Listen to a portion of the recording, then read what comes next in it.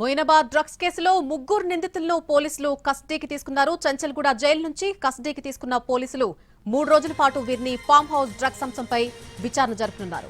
Rohit Reddy, Riteish Reddy, Namita శర్మలను drugs వినియోగం, సరఫరా సహా పలు అంశాలపై ప్రశ్నించనున్నారు. ముగ్గురు నిందితులను 3 రోజుల పాటు పోలీస్ కస్టడీకి ఉప్పరపల్లి కోర్టు అనుమతించింది.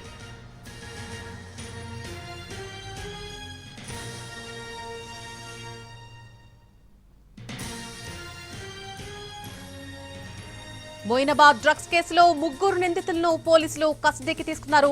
చంచల్గూడ జైలు నుంచి కస్టడీకి తీసుకున్న పోలీసులు 3 రోజుల పాటు వీరిని ఫామ్ హౌస్ డ్రగ్స్ అంశంపై విచారణ జరుపుతున్నారు. రోహిత్ రెడ్డి, రితేష్ రెడ్డి, నమితా శర్మలను డ్రగ్స్ వినియోగం, సరఫరా సహా పలు అంశాలపై ప్రశ్నించబోతున్నారు. ముగ్గురు నిందితులను 3 రోజుల పోలీస్ కస్టడీకి ఉప్పర్పల్లి కోర్టు ఇప్పటికే అనుమతించింది.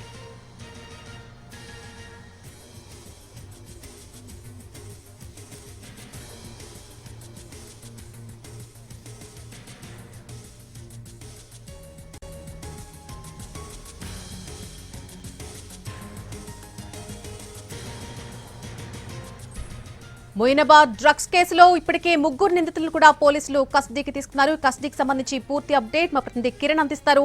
కిరణ్,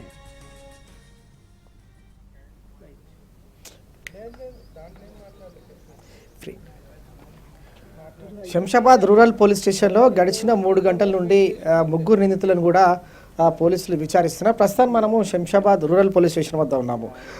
సిట్ బృందం డీసీపీ చేవెళ్ళ డీసీపీ అలాగే షాద్నగర్ డీసీపీలు ఇద్దరు కూడా గడిచిన 3 గంటల నుంచి Moinabad farm house drugs case సంబంధించి కాల్పుల కేసులో ముగ్గురు నిందితులను కస్టడీ విచారణ చేస్తున్నారు.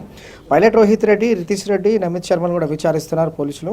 సో డ్రగ్స్ నెట్వర్క్, ప్రధానంగా డ్రగ్స్ నెట్వర్క్ నిర్మూలనపైనే దృష్టి కేంద్రీకరించారు. డ్రగ్స్ నెట్వర్క్ పైన ప్రశ్నిస్తూ ఉన్నారు.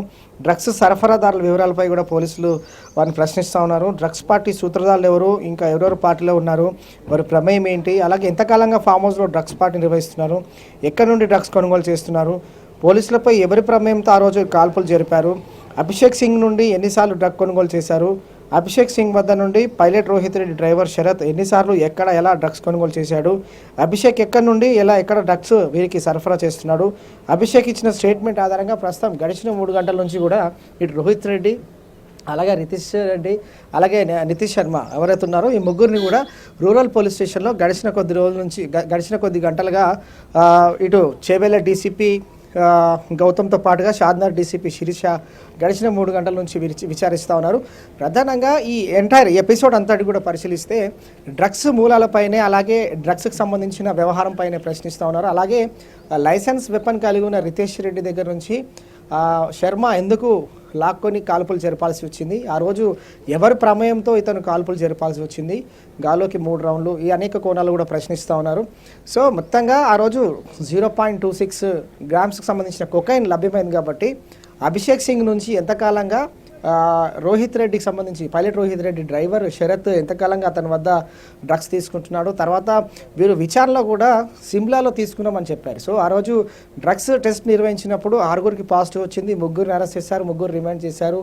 సో 3గురికి స్టేషన్ బెయిల్ ఇచ్చి పంపించారు. మొత్తంగా ఆ రోజు పార్టీలో 11 మంది ఉన్నారు.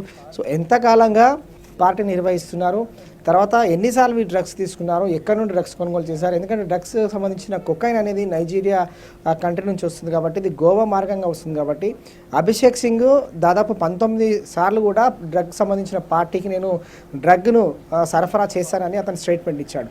సో 19 సార్లు మరి డ్రగ్ ఎక్కడెక్కడ వీరు వినియోగించారు, 19 సార్లు ఎవరికి ఇచ్చాడు, అసలు ఎంత కంటెంట్ ఇచ్చారు, తర్వాత ఎంత క్వాంటిటీ తీసుకున్నారు, వీరు ఎంత కొనుగోలు చేశారు, ఇలా అనేక ప్రశ్నలు కూడా ఈ డ్రగ్ మూలాలపైనే ప్రధానంగా గడిచిన 3 గంటల నుంచి కూడా కస్టడీ విచారణ కొనసాగుతుంది.